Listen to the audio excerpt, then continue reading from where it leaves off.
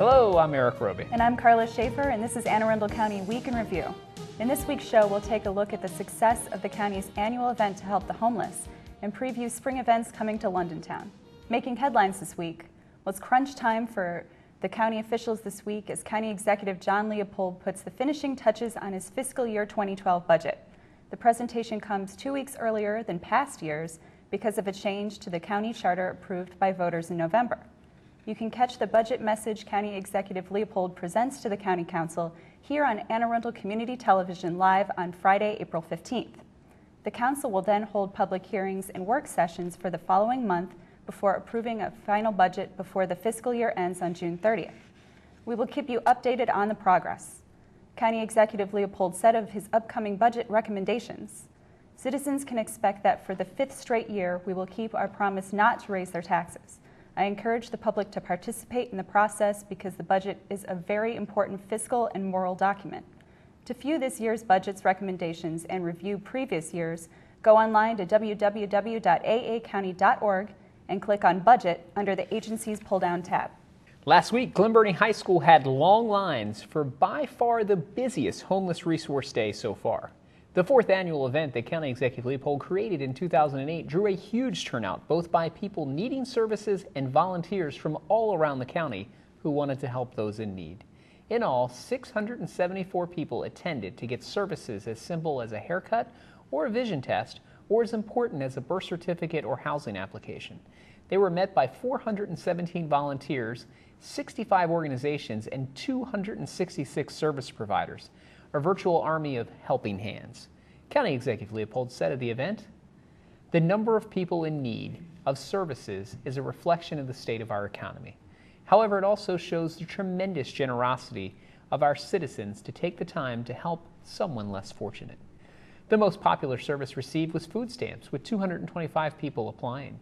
Officials from the Department of Social Services said this was an indication there are more homeless children and families than in past years. We hope that events like this will help turn things around for folks who are experiencing hard times. In this week's Hot Topics, the Anne Arundel County Fire Department responded to 1,429 calls for service. This included more than 1,119 emergency medical calls and 124 fire calls.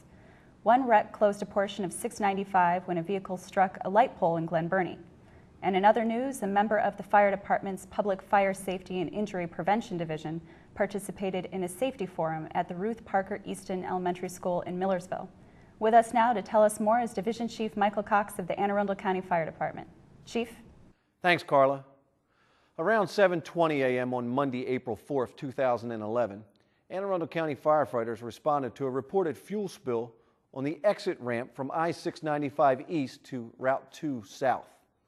The first unit to arrive on the scene reported a single vehicle accident involving a pickup truck that was towing some excavating equipment.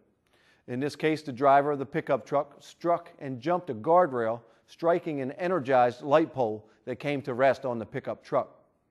No one was injured as a result of the accident. However, the exit ramp was closed until firefighters could contain and clean up the fuel spill, and officials from the Baltimore Gas and Electric Company could de-energize the light pole, which was lowered to the ground for state highway crews by the operator of the tow company on the scene.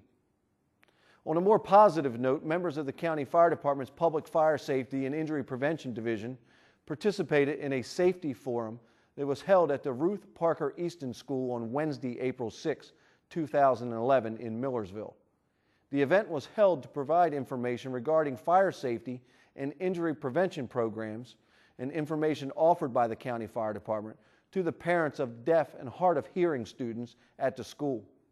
In addition, the attendees were informed of the fire department's new visual smoke alarm outreach program, where residents who are deaf and hard of hearing can obtain a visual smoke alarm from the County Fire Department. Karla?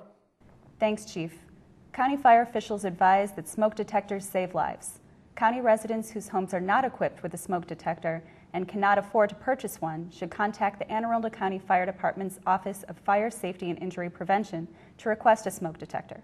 The Office of Fire Safety and Injury Prevention can be reached at 410-222-8303.